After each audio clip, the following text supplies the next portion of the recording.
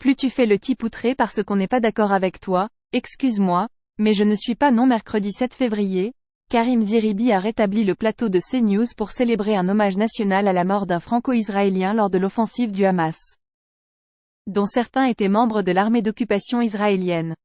Plusieurs élus de la France insoumise qui dénoncent les massacres de l'occupation israélienne à Gaza depuis plusieurs mois ont été présents lors de cette cérémonie.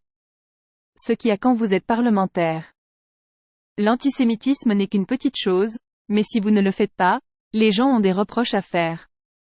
C'est comme lorsque le RN a défilé contre l'antisémitisme, vous aviez des Jus de France qui disaient que tout le monde était pour la concorde. Même si cela n'était pas vrai.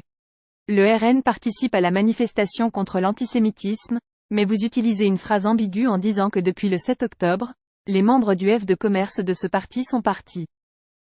Tu fais comme si tu n'avais aucune connaissance de la politique ou de l'histoire politique.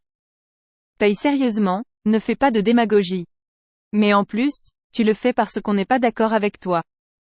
Excuse-moi, je suis pas à la hauteur de la mesure, je suis pas à la hauteur de la mesure. Vous les connaissez mieux que moi les députés, alors répondez-moi. Ils sont sincères lorsqu'ils font des déclarations sur le pogrom du 7 octobre ou lorsqu'ils vont se recueillir pour les invalides. Mais lorsque vous dites que les résistants étaient des résistants, il y a un débat et les gens peuvent s'exprimer sans être d'accord avec vous. Je vous pose la question. Marcité a été condamné pour antisémitisme? L'antisémitisme n'est pas une opinion, c'est un délit. Les gens dont vous parlez ont été condamnés. Pensez-vous que la guerre médiatique contre l'occupation israélienne est définitivement perdue?